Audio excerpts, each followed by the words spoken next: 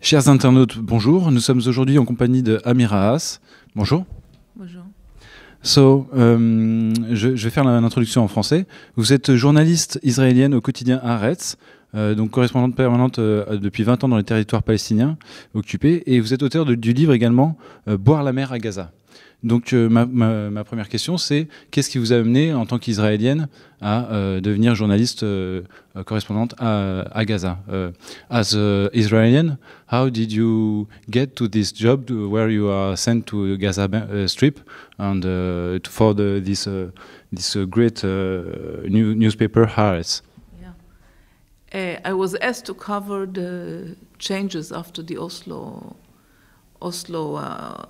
Accords, and as I say, if I were asked to cover France, I would not go and live in Berlin, but live in live in Paris. And so it was, if I'm asked to cover the Palestinian territory, then it's only logical to go and live there. Okay. So how did your family react to your choice to do this? Your family and friends? Yeah, both my parents and my friends are leftists, so they all saw it as a natural step. Okay. So it's been 3 years now that you can't go back to Gaza Strip? More? Since 2006, end of 2006, that Israel does not allow Israeli journalists to go into Gaza. And since 2000, and I did enter Gaza 3 times, so-called illegally, once by boat in 2008, and twice through Rafah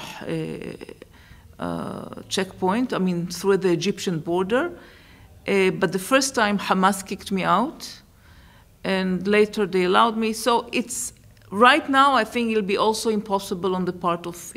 very difficult on the part of Hamas, because they don't allow any collaboration with Israeli papers.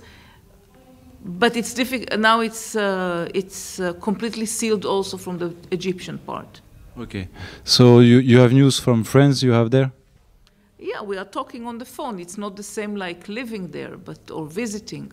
So there are all kind of foreign journalists who go regularly, and I envy them, but I'm not able to go. Okay, and things are not getting better; they are getting worse than.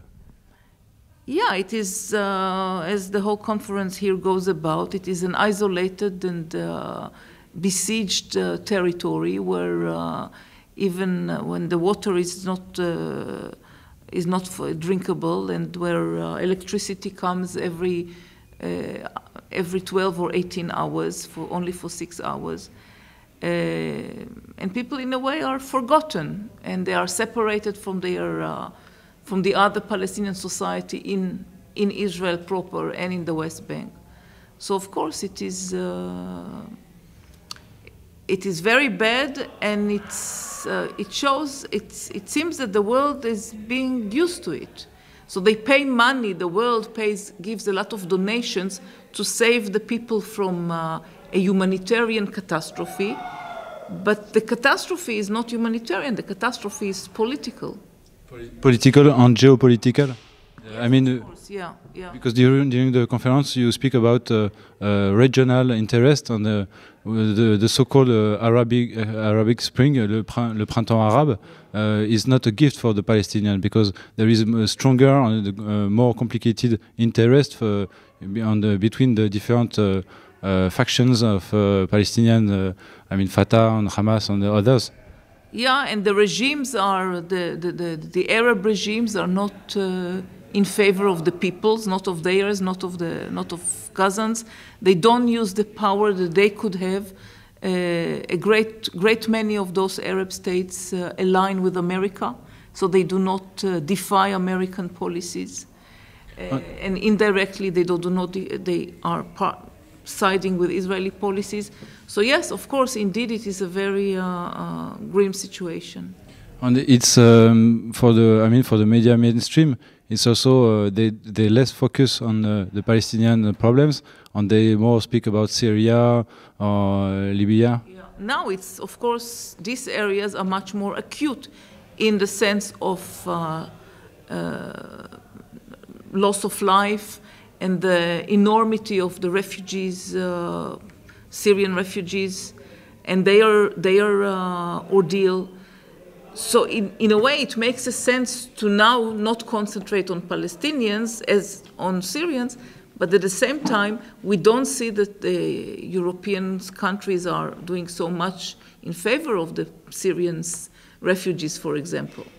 I heard that France had only 17 refugees, Syrian refugees here. So even if it's 100 or even if it's 1,000, it shows a very, very deep indifference to the suffering of these people. Mm-hmm.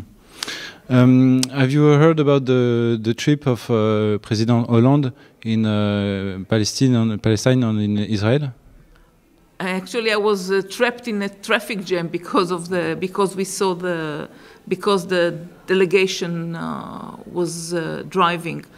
I didn't hear many details about it. I only know that he was about 5 or 6 hours inside Ramallah while he spent 2 days in Israel. Yes, it was not really equal the treatment between the time he spent with the Palestinian and with the Israelian. And on internet there is a video that people can watch. In this, it's a private video where Hollande said that he would be ready to sing a love song for Israel. And can you imagine he would do that for Palestinian or no? No, this is we don't. Palestinians don't need a love song, but they need a Europe that understands that this situation cannot last forever, and that actually, Israeli policies are suicidal and dangerous for the Israeli people as they are for the Palestinian people. And the support for Israeli policies of today acts not only against the Palestinians, it acts against us Israelis. Because we will not be able, as we see it in history, we will not be able to rely forever on our military superiority in order to live in this region. Yes. So we don't, so this is it shows, if he really said so, it's short-sightedness. It's really short-sightedness on the part of a leader of one of the biggest countries in Europe. In fact, the Palestinian problem is the big example about the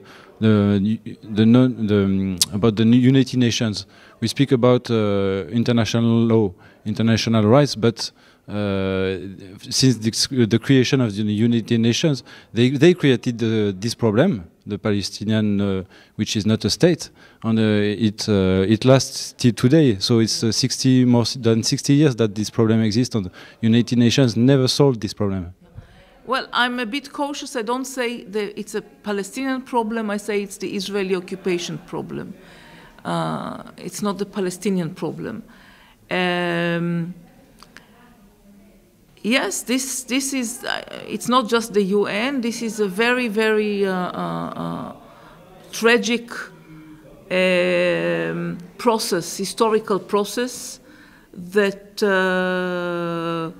was created for a great part. Was created partly by the colonialist schemes and the need of the West, or the wish of the West, to control the sources, the energy resources here in the Middle East.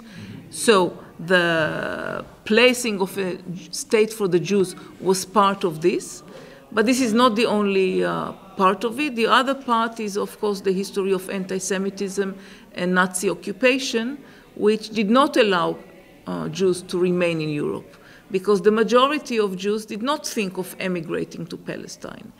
So this is it's less than the UN, of course, is part. It was, but this historical process, which brought Jews to Palestine as refugees and as settlers at the same time. It is a very tragic combination, and we have to solve it. To solve this problem of the contradiction between being settlers and being refugees. Yes, but I would say that Jewish started to go to Palestine before the Second World War. Yes, of so course, before they were a refugee. But they did not become a power that could expel the Palestinians, that could take their land, that could take over most of the land of the Palestinians. It was very different. There are Jews. There are also many of the Palestinians came during the Ottoman Empire to Palestine as Arabs from other places, or from Yugoslavia. They came from Bosnia. They came from Nigeria. They came from Egypt. So the number of Jews that came before the Holocaust was not enough to sustain a state. What made it a state were the other developments. Yeah. So what is your hope about the future for Gaza? No, I don't separate Gaza from the West Bank or Gaza. Of course, for Palestinians. Yes. Sorry. My hope. I mean, I do see that Palestinians are very the plans to colonize the whole country and to maybe force Palestinians to forget and disappear as an identity. All this have failed. Palestinians have shown all these years their strength and their identity. It's hard now. It's hard to talk about hope when the situation is so grim. I think that there have to be ways. There have to be ways to develop even a common struggle, Israeli, Palestinian, Jewish, Arab, against this reality. This is my hope. Yes, because we have spoken about the unity between all the different Palestinian factions, Fatah, Hamas, etc. But it's important also to unite the struggles between Israeli side and the Palestinian side, both together.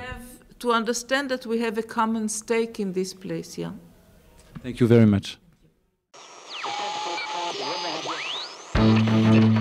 Thank you.